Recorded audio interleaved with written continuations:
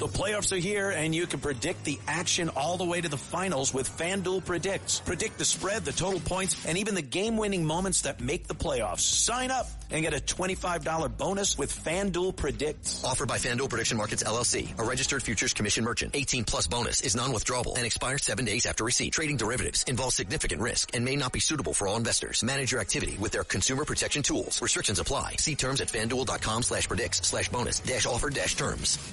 Excuse me! Taxi! This is the 77 WABC minicast. So what is the next move from President Trump now that we're also hearing word that Iranian gunboats, the pirates, are starting to see some foreign ships?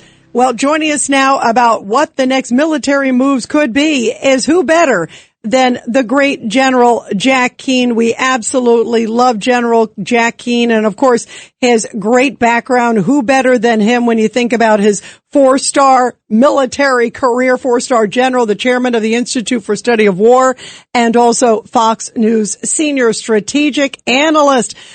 Jack, what do you think is going to happen next? I think the next day or two is going to be pivotal. Yeah, well, we're in clearly a preparation for a negotiation phase. President Trump has not put a deadline on it, and he's given the Iranians some rope here to put things together. In my own mind, I think a couple of things are happening. Let's look at it from the Iranians' perspective.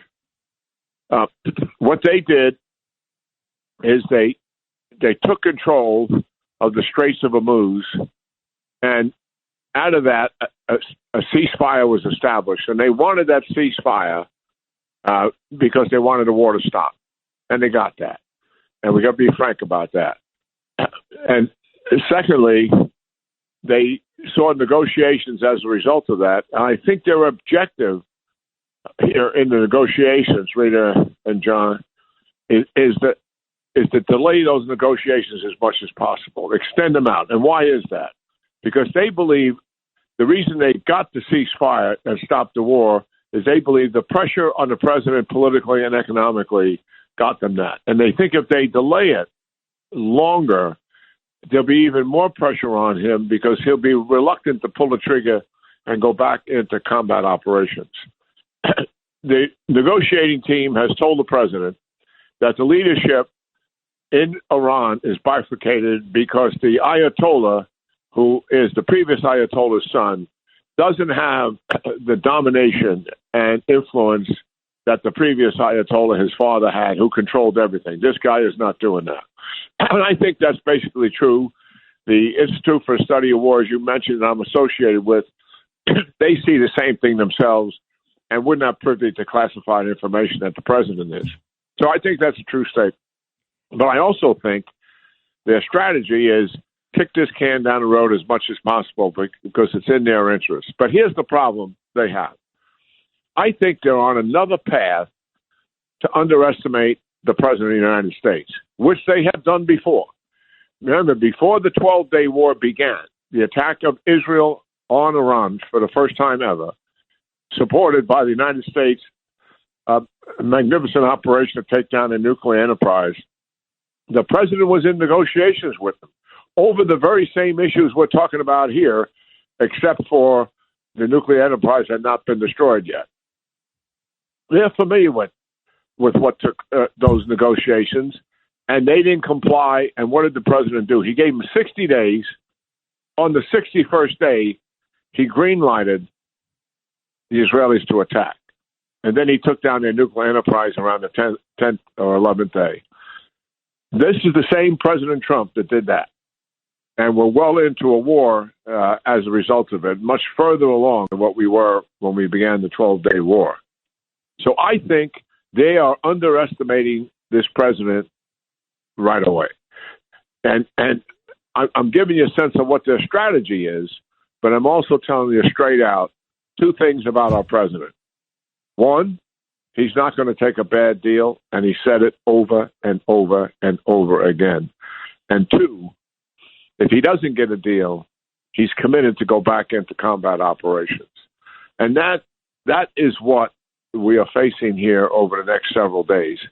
He's giving them rope to put a plan together and let them marinate a little bit about what he's telling them. He's got the blockade that's huge leverage. The blockade, if it continues out from short term to midterm to long term, the country will collapse economically.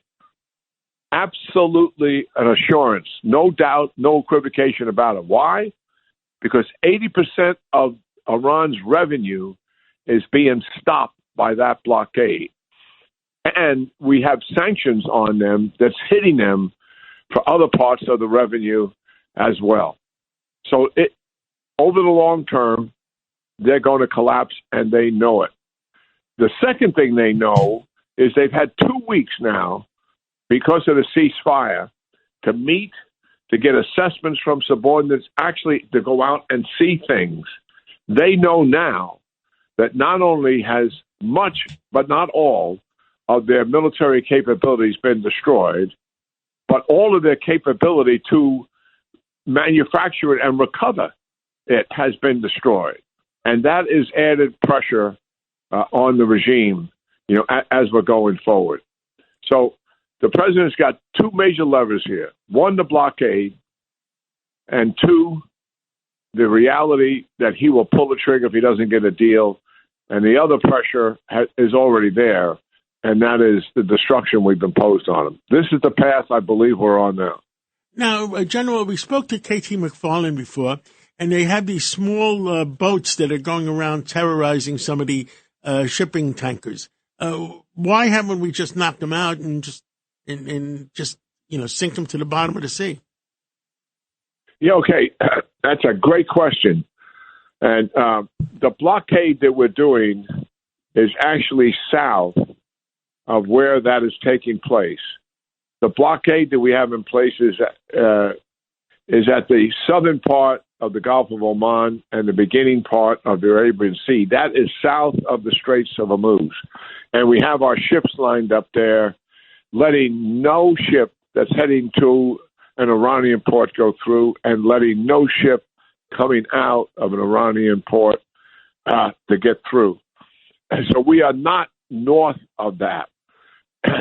While the president has told the CENTCOM commander, Admiral Cooper, to prepare to secure the Straits of Hormuz, 1, clear it of mines, 2, secure it, and 3, escort vehicles through it, he has not issued that order. He's going to keep the blockade, as best I understand it, in until such time as the negotiations. They can order Admiral Cooper to go north and interdict those fast boats and others, because clearly they have violated a ceasefire, but so did we.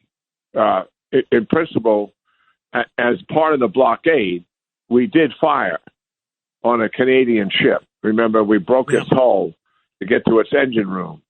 In our mind, we're not violating the ceasefire as part of the blockade, but in the Iranians' mind, it is.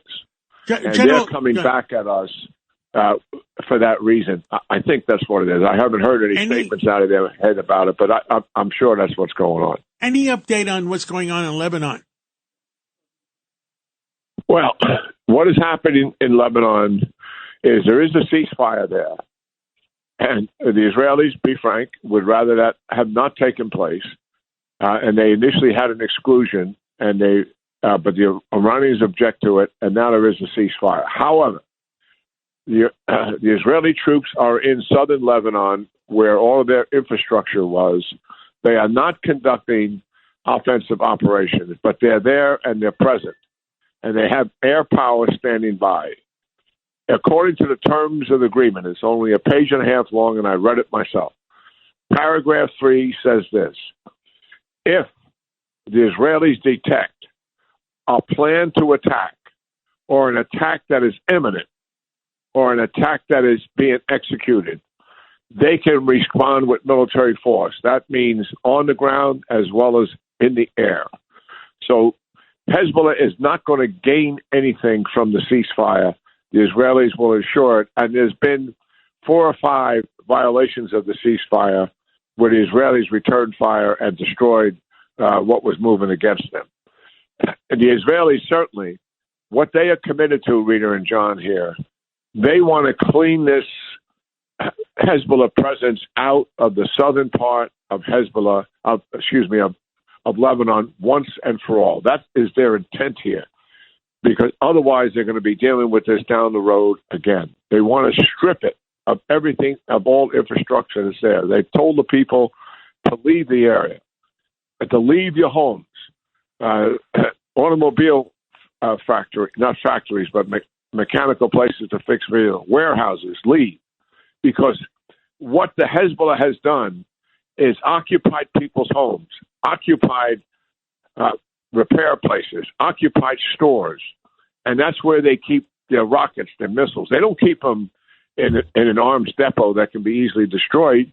They hide them in and among the people as shields, as they have done in Gaza under hospitals, schools, and mosques. And as they did in Beirut, they put 2 operation centers in apartment buildings, one in the Jewish quarter, one in the Christian quarter, and moved the residents out, but not all of them. The Israelis destroyed it, as we know, and unfortunately some civilians were killed. Ceasefire there, but what Israel would want and is hoping for is a green light at some point to finish what they started. Well, wow, a lot of moving parts here. General Jack Keane, thank you for your amazing analysis as always. It's great to have you, Jack. Thank you. Yeah, thank you, John, Thank you. And Rita, and it's always great talking to your audience. Thank you. Thank you. We love you. Thank you.